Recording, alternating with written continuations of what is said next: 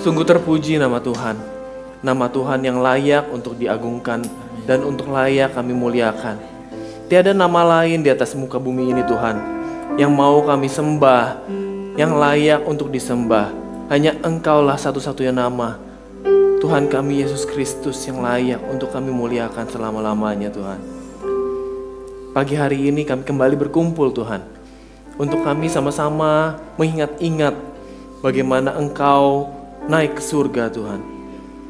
Biar kami semua boleh diberikan hati yang siap untuk ditabur. Kami rindu untuk mendengarkan firman-Mu. Biar firman-Mu yang bukakan hati kami, firman-Mu yang celikkan mata kami, dan firman-Mu juga yang siap untuk menegur setiap kami Tuhan. Jadikan kami hamba-Mu dan juga murid-Mu yang siap untuk ditabur firman Tuhan. Terima kasih Tuhan Yesus. Di dalam nama Yesus Kristus kami siap untuk mendengarkan firman Tuhan yang hidup. Mari semua yang percaya katakan amin. Sebelum duduk berikan salam ke kanan, ke kirinya. Katakan Engkau luar biasa.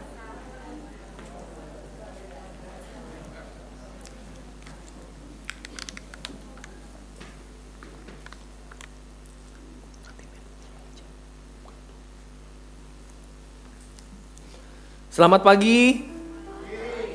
Waduh, baru yang belakang aja suaranya, yang depan belum ada. Selamat pagi. Luar biasa, kita berikan tepuk tangan sekali lagi buat Jemaat MDC Bandar Lampung.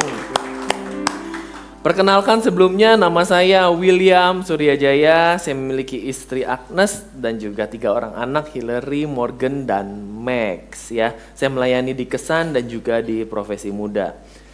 Saya hari ini akan membawakan judul Jangan Gelisah Hatimu. Ya, jangan gelisah hatimu. Jangan gelisah hatimu. Ya. Saya mulai dengan sebuah kisah seorang pria yang dia mulai merasakan kegelisahan. Dan dia pergilah untuk berkonsultasi kepada seorang dokter. Dok, saat ini saya merasakan gak enak. Saya merasakan gak tenang beberapa hari ini. Kira-kira kenapa ya? Oh, kendalanya apa? Saya bisa sampai gak bisa tidur. Bahkan kadang saya suka keringetan. Suka banyak pikiran. Saya ini sedang mengalami penyakit apa ya dok? Baik kalau begitu. Coba saya periksa dahulu keadaan saudara ya. Kira-kira sudah berapa lama hal ini terjadi? Hal ini terjadi semenjak saya mendapatkan pekerjaan baru di kantor saya, dok. Setiap hari saya hanya menjalankan kegiatan saya sehari-hari. Saya hanya melakukan rutinitas, pagi saya beberes, memakai setelan baju saya, kemeja dan juga jas. Tapi saya merasa yang jadi masalah bukan pekerjaan saya. Memang akhir-akhir ini banyak sekali pasien yang datang ke saya dengan gangguan yang disebut namanya anxiety disorder. Anxiety disorder. Gangguan karena kecemasan yang berlebihan. Jadi dok, saya ini termasuk dalam bagian anxiety disorder? Enggak. Jadi saya kenapa dok? Sebentar, saya perbaikin baju kamu ya. Kamu hanya karena dasinya kekencengan.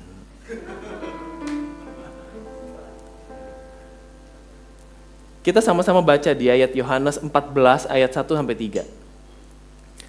Ayat 1 dan 2 dan 3, ayat ganjilnya saya baca, jemaat boleh bantu saya untuk bacakan ayat yang genap? Setuju? Setuju. Ayat pertama, janganlah gelisah hatimu, percayalah kepada Allah, percayalah juga kepadaku. Ayat kedua silakan.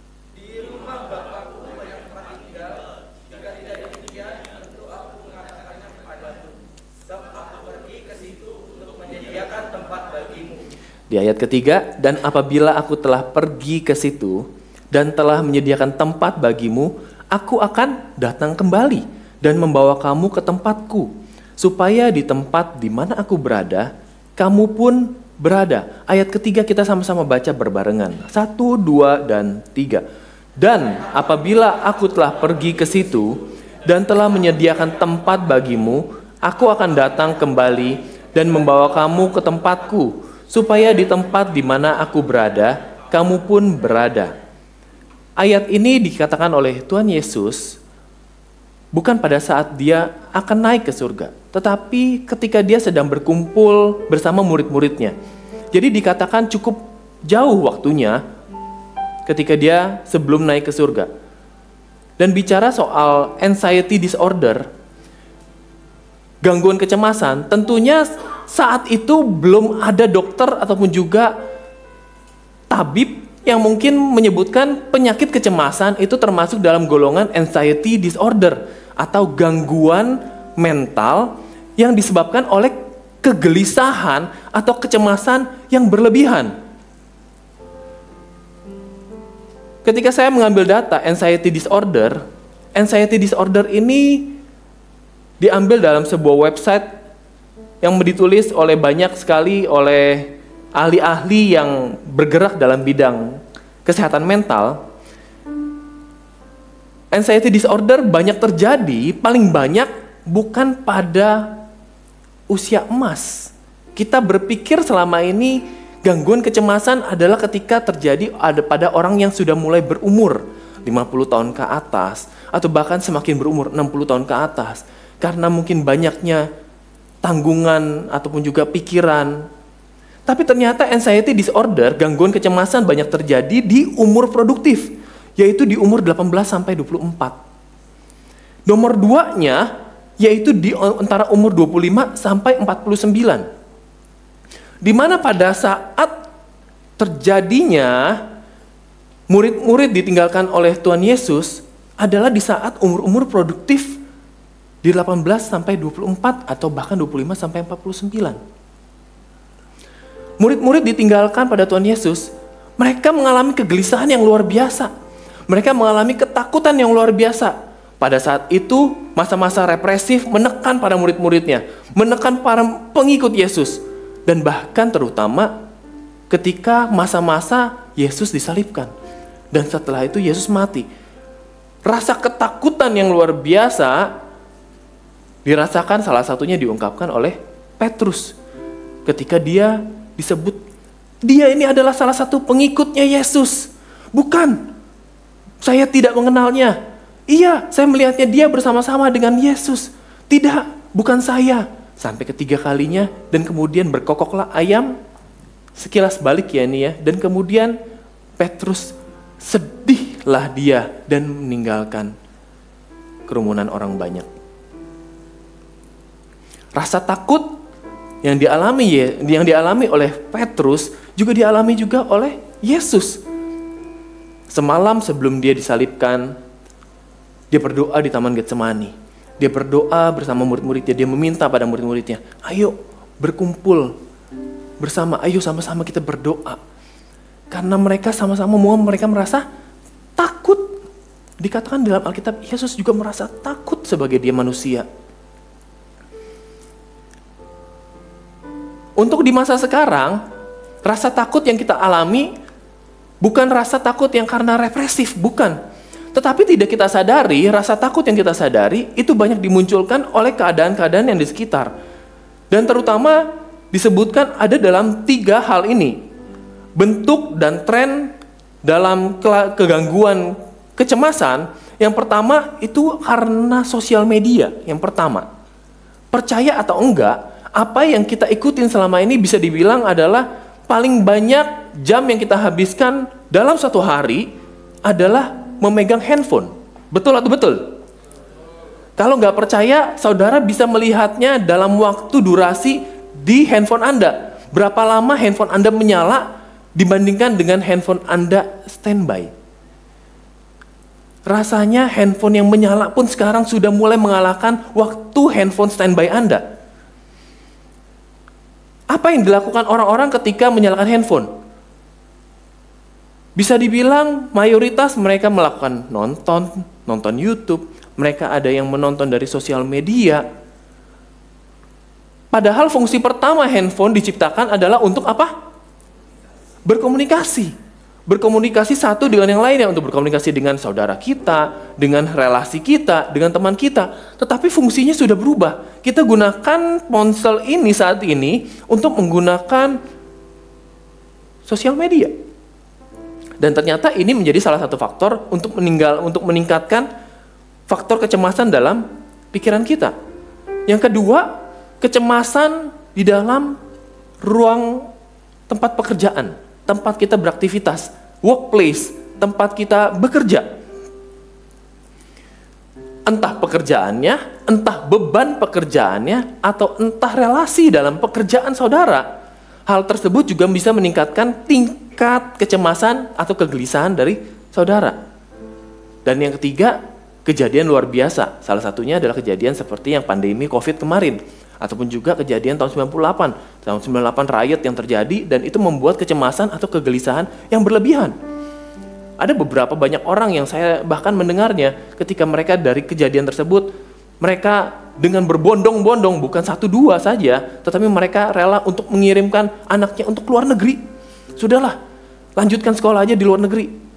Bukan segelintir orang, tetapi saya banyak sekali mendengarnya hal tersebut.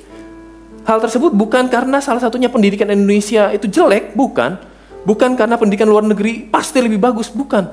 Karena kegelisahan, karena kekhawatiran, karena ketakutan yang terjadi.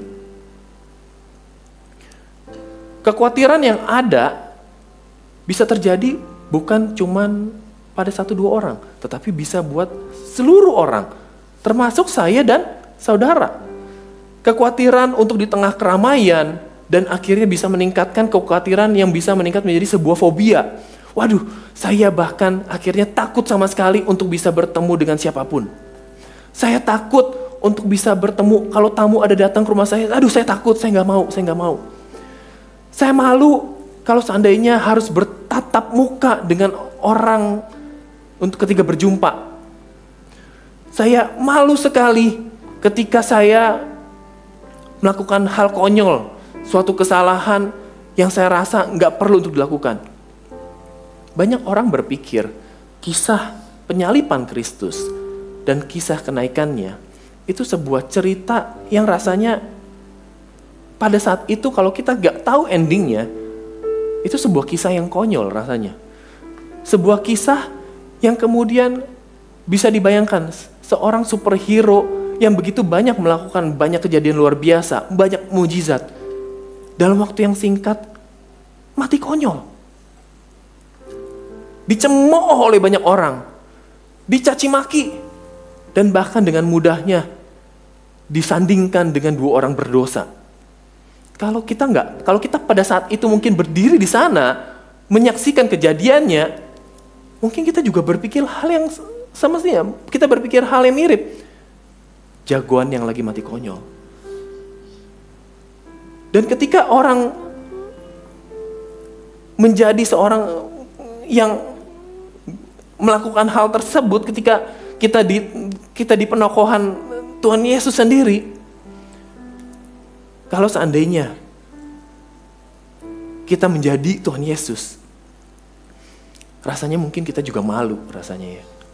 Tetapi yang dilakukan Tuhan Yesus sebaliknya. Ini sebuah plot twist yang luar biasa. Bahkan Tuhan Yesus gak ada malu-malunya.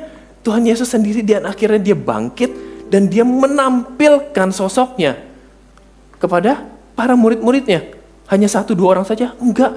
Bahkan dikatakan dalam kitab Lukas, disebutkan dia tampil dan dia hadir ke lebih bahkan dari 500 pengikutnya. Yang bahkan dikatakan dalam kitabnya itu yang seberapa masih hidup sampai sekarang. Dalam kitab tersebut. Dalam Lukas 24 ya. Dalam kisah sebelum kenaikannya, dia berkata, jangan gelisah hatimu, percayalah kepada Allah, percayalah juga kepadaku. Di rumah Bapakku banyak tempat tinggal. Jika tidak demikian, tentu aku mengatakannya kepadamu, sebab aku pergi ke situ untuk menyediakan tempat bagimu.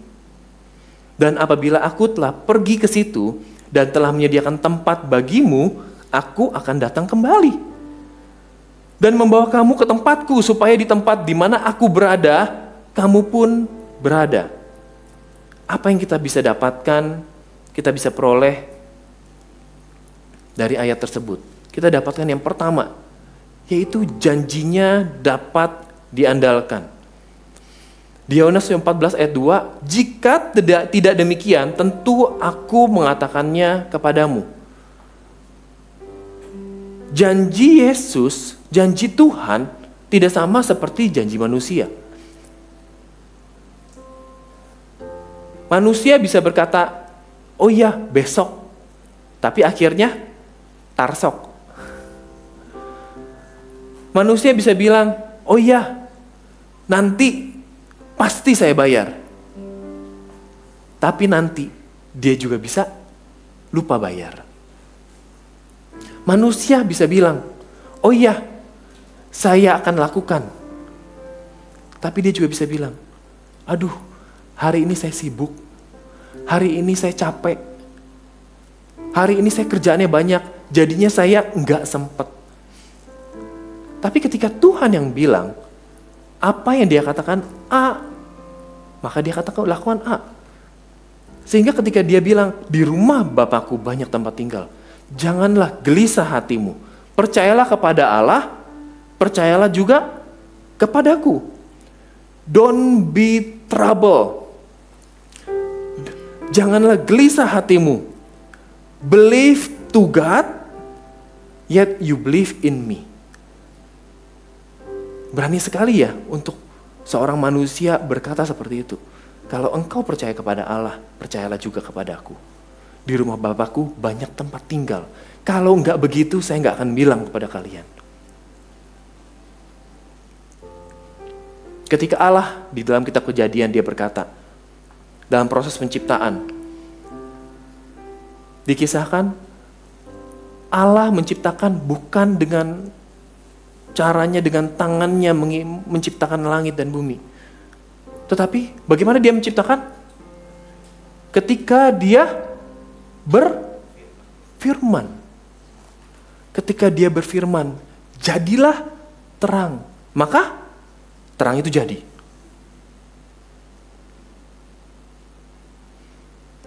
Bukan dengan sebuah adonan.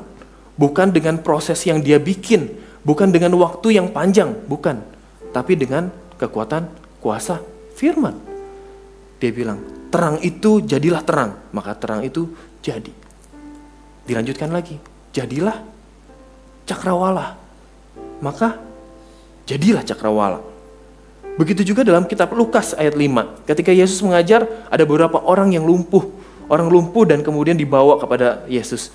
Pada saat itu banyak sekali orang Farisi. Orang Farisi banyak melihatnya. Kita lihat nih. Mungkin yang ada dalam pikiran orang-orang Farisi adalah dia pikir, coba kita lihat, sesuai gak perkataannya dengan perbuatannya? Apa yang diucapkannya, apakah bisa terjadi? Nah coba. Saya bayangin ketika saya dalam posisi Yesus, saya tahu apa yang jadi orang pikiran orang Farisi. Saya senyum simpul, cuman ini tesnya.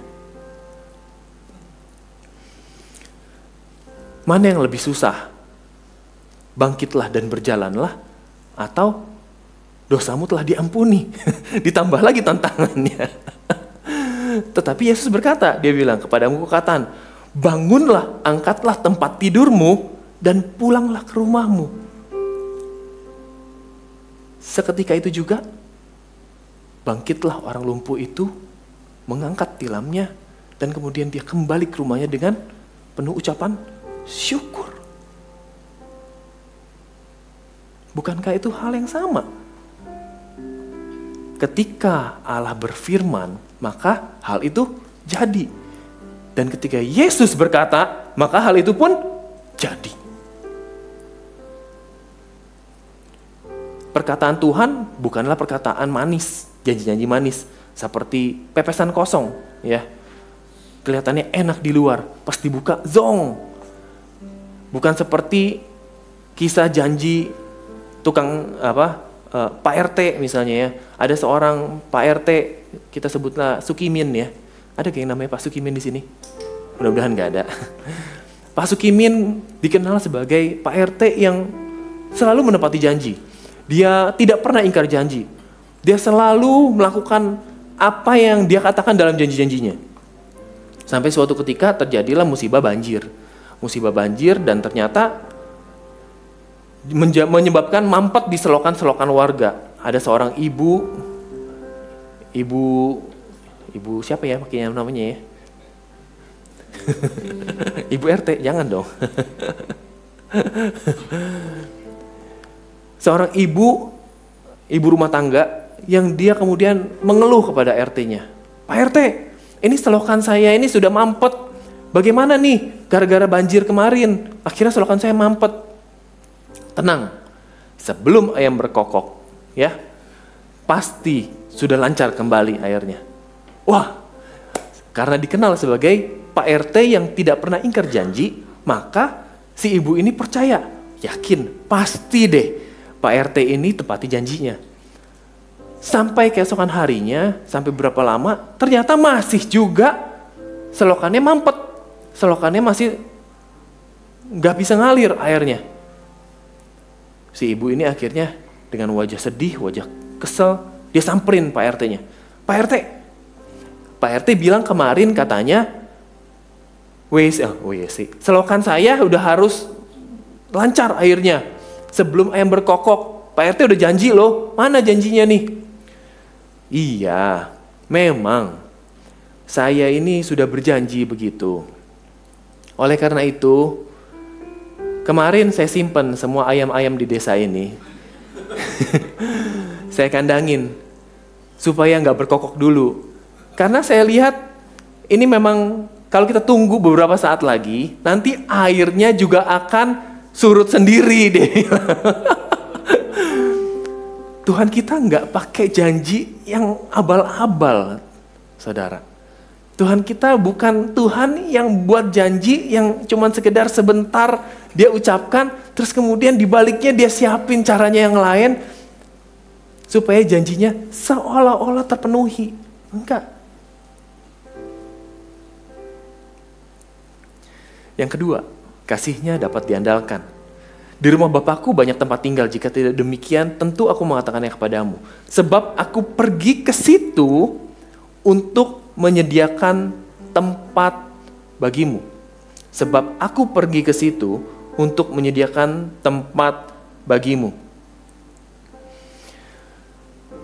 Sekali lagi, proses Kristus untuk naik ke surga bukan sebuah proses yang cuma serta-merta pamer kehebatan, pamer kuasa, pamer fenomena, bukan. Tetapi itu sebuah proses yang memang dia lakukan tahap demi tahap, langkah demi langkah. Kalau cuma sekedar fenomena, dia lakukan itu pertama. Kalau cuma sekedar itu buat cuma hebat-hebatan, dia akan lakukan itu di awal-awal dan kemudian dia tinggalkan murid-muridnya. Tetapi dia lakukan dari awal, dia mengajar murid-muridnya, dia berikan janji-janjinya, dan kemudian dia harus lakukan apa? Dia harus mati. Yang paling susah dia harus mati. Kalau boleh cawan ini berlalu daripadaku, bisa gak dia lewatkan? Bisa aja. Tetapi dia gak mau. Kenapa? Karena ada kasih yang lebih besar yang harus dia lakukan, yaitu tujuan utamanya menyelamatkan kita dan saudara, menyelamatkan saya dan saudara, menyelamatkan seluruh umat manusia, supaya bagi mereka yang percaya kepadanya tidak binasa, tetapi memperoleh hidup yang kekal. Dia rela untuk mati di kayu salib demi saya dan saudara. Dia rela mati di kayu salib demi orang-orang yang bukan dikenalnya. Bukan buat murid-muridnya aja, bukan buat saudaranya, bukan. Tetapi buat orang yang kelak kita diangkat menjadi anak-anaknya. Proses Kristus dan kemudian dia harus mati, barulah dia bisa lakukan kebangkitan. Tiada kebangkitan melalui kematian, bila tidak melalui kematian. Setelah dia mati, barulah dia bisa bangkit. Dan barulah murid-murid bisa melihat, dicelikkan matanya, kuasa kebangkitan melalui dari kematian.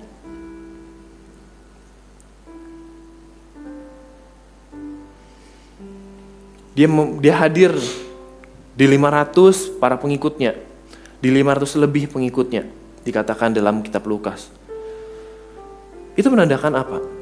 Menandakan ada relasi yang dibangun dari Yesus kepada para pengikutnya. Gak ada kasih yang bisa dinyatakan tanpa relasi.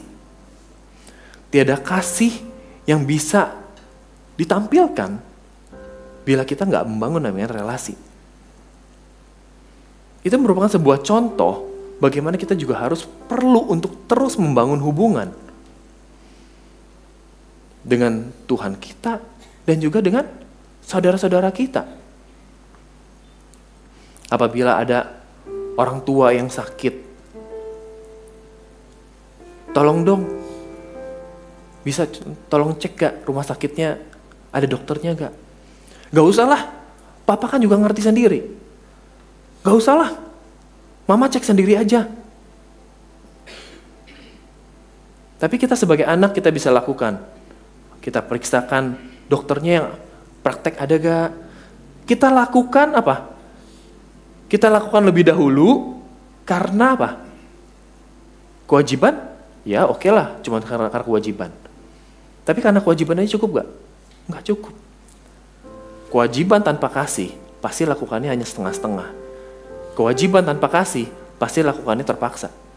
Kewajiban tanpa kasih, pasti nggak tuntas hasilnya. Bukankah itu hal itu yang juga dilakukan? Aku pergi ke situ untuk menyediakan tempat bagimu. Orang tua, apa yang dilakukan orang tua supaya anaknya bisa pinter? Oh ya, anakku bisa jadi pinter ya. Papa mama doain supaya kamu pinter bersekolah. Yang dilakukan oleh orang tuanya apa?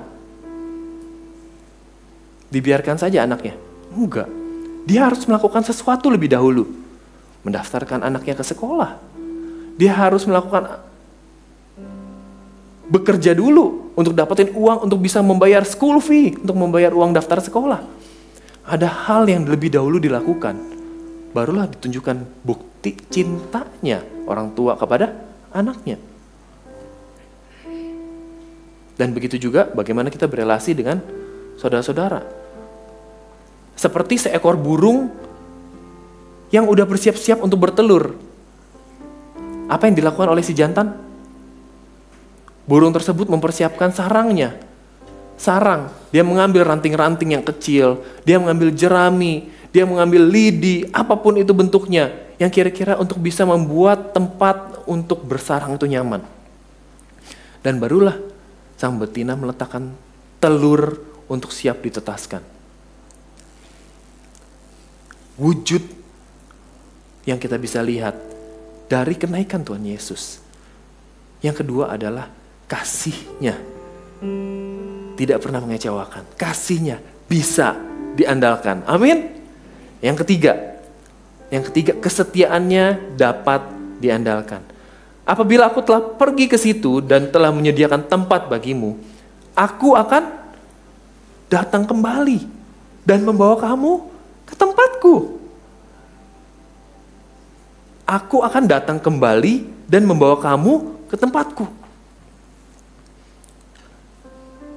Ayat firman ini bukan berkata, aku akan menunggumu di sini. Ataupun juga, aku akan diam saja.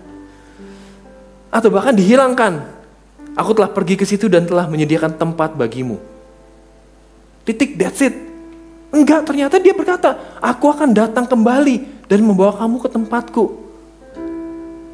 Sehingga dia memberikan roh penghibur untuk bagi kita semua. Dia bukan pergi untuk ninggalin kita, tetapi dia pergi untuk supaya kita diberikan tetap ada penghibur dalam kita menjalankan kehidupan kita sehari-hari. Kita nggak pernah ditinggalkan sendirian. Kita berpikir ketika Yesus mati dan kemudian dia naik ke surga, Yesus sudah nggak ada lagi. Sama seperti ketika anak kecil, dia pergi ke bandara dan dia melihat, wow, pesawat yang besar sekali. Dia melihat kemegahan pesawat itu luar biasa besar. Dan kemudian pesawat itu mulai terbang. Wah, pesawat itu mulai mengecil. Dan sampai menjauh sekali, pesawat itu menghilang. Pesawat itu masih ada gak? Masih. Cuman tempatnya jauh. Pesawat itu masih ada gak? Ada. Cuman gak kelihatan. Yesus naik ke surga. Bukan dia itu menghilang, lenyap dari, dia hanya hilang dari pandangan kita. Tetapi dia hadir di dalam roh kita. Amin. Dia selalu hadir dalam hati kita. Amin. Buat saudara, buat bapak dan ibu semuanya. Dan dia berikan roh penghibur. Dia bukan Allah yang egois. Dia bukan Allah yang memikirkan dirinya sendiri. Dia bisa aja melakukan seperti itu, tapi dia gak lakukan. Di ayat 16 sampai 18. Di Yohanes 14 ayat 16-18 kita bisa baca lagi. Aku akan minta kepada Bapa dan ia akan memberikan kepadamu seorang penolong yang lain. Supaya ia menyertai kamu selama-lamanya. Aku tidak akan meninggalkan kamu sebagai yatim piatu. Aku datang kembali padamu. Dan ayat ini meaningful sekali. Aku tidak akan meninggalkan kamu sebagai yatim piatu. Selalu dia katakan dalam pengajarannya Yesus, hubungan antara Allah dengan manusia, dia gambarkan hubungan antara Bapa dengan anaknya. Menggambarkan sebuah relasi yang erat, menggambarkan sebuah relasi yang dekat, relasi yang bukan cuma relasi sekedar kenal, relasi teman. Siapa yang pernah bercanda sama anaknya? Pernah? Pernah nanya gak sama anaknya, kenapa anak lebih suka bercanda? Ya saya gak tahu ya, kalau di tempat saya iya, anak lebih suka bercanda sama bapak daripada sama ibu. Pernah gak sama anaknya tanya?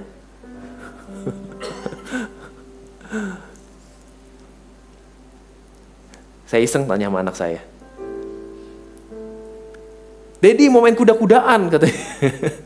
Mau main kuda-kudaan. Sama mama aja. Gak mau. Mama galak.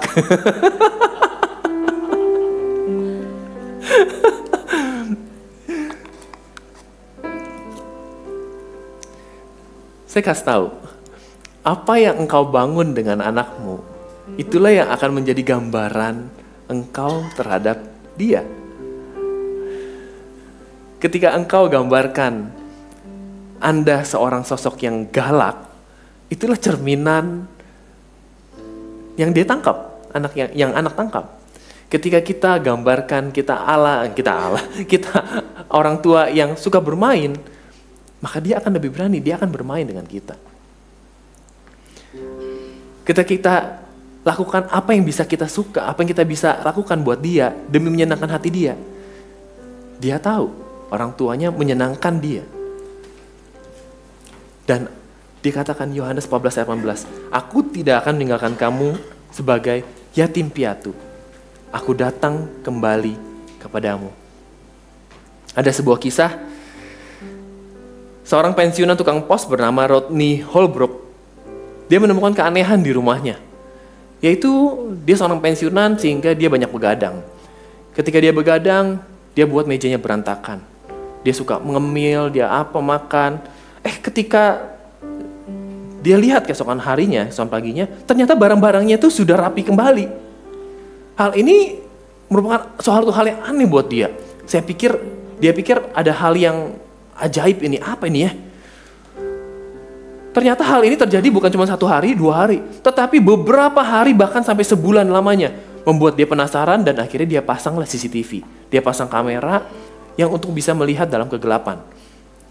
Dia pasang dan yang terjadi adalah ternyata dia melihat seekor tikus yang membereskan satu persatu meja yang berantakan, dia gigit dan kemudian dirapikan, ditaruh di dalam sebuah kotak perkakasnya dia. Dia pikir Ratatouille itu cuma ada di film. Ratatouille itu tikus yang bisa masak. Tapi ternyata dia melihat Ratatouille dalam kehidupan nyatanya dia. Dia melihat tikus yang betul-betul bisa membantu dia untuk membereskan barang-barangnya. Dan akhirnya dia kasih nama tikusnya Wells tidy mouse, yaitu tikus yang beberes. Saya nggak tahu kalau bisa jadi film ya.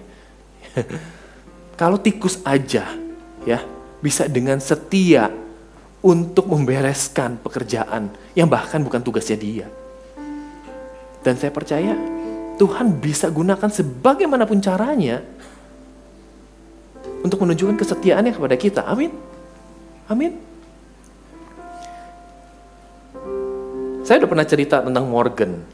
Pada saat dia umur setahun, saya tahu dia ada bocor jantung. Dan kemudian saya tahan untuk mengobatinya dia. Karena jujur aja, ketika tahu anaknya sakit, ketika saudara tahu bahwa anak saudara sakit, saudara santai, senang, atau tertawa? Nggak ada kan? Kegelisahan, betul? Itu yang saya rasakan. Dari umur Morgan setahun, sekarang Morgan sudah mau 8. Dari umur setahun, kegelisahan yang luar biasa. Kegelisahan yaitu apa yang akan terjadi dengan dirinya, kemudian apa yang harus saya lakukan. Belum lagi biaya berapa saja yang harus dikeluarkan. Yang kita bisa lakukan adalah cuman berdoa dan tetap setia. Setahun kemudian saya lakukan check up ulang, berharap ada mujizat untuk terjadi buat Morgan. Yang saya berharap sama istri saya adalah agar katanya kalau lubangnya kecil, itu bisa tutup sendiri. Dan banyak orang bisa terjadi seperti itu. Itu yang saya doakan. Tapi ternyata lubangnya tidak bertambah kecil dan bahkan bertambah besar. Seiring bertambahnya umur, bahkan dokternya bilang, you name it, kamu mau saya ukurnya dari mana? Karena lubangnya itu nggak bulat. Mau saya ukur begini, mau ukuran berapa? Lubangnya itu kira-kira hanya 2 cm untuk jantung yang sekecil ini. Besar ya? Besar sekali. Kategorinya lubangnya besar sekali. Bukan kategori yang kecil. Kategori kecil di bawah 5 mili. Tapi ternyata 2 cm, 2,2 bahkan. Saya dengarnya, gimana dok?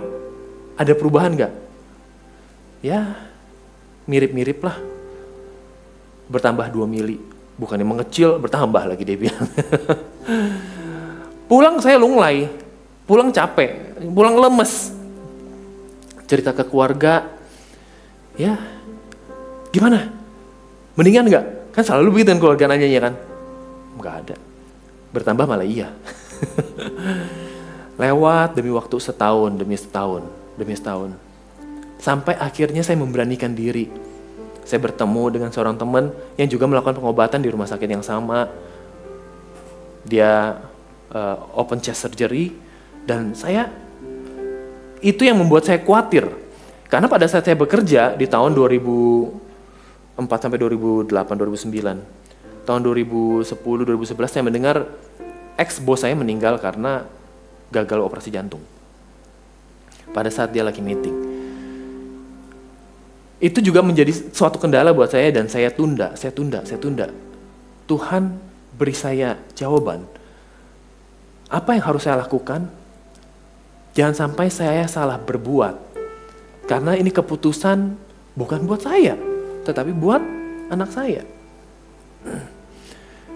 Yang dari awalnya saya ragu untuk lakukan open chest surgery, akhirnya saya tekadkan mental, saya bilang sama istri saya, yuk, kita bertekad tekad, kita lakukan yuk. Kenapa saya berani? Ya setelah saya melihat dadanya mulai bengkak. Dadanya mulai menonjol, mulai bengkak. Saya melihat, saya khawatir pertumbuhannya terganggu. Dari kecil sampai dia di umur K1, K2, TK1, TKA, TK besar, secara fisik dia lebih kecil. Walaupun ternyata ketika saya ketemu dokter, itu nggak menjadi patokan. Tetapi beberapa tanda akhirnya menguatkan saya untuk saya bisa melakukan, udahlah saya lakukan aja lah. Tapi ternyata dokter berkata lain.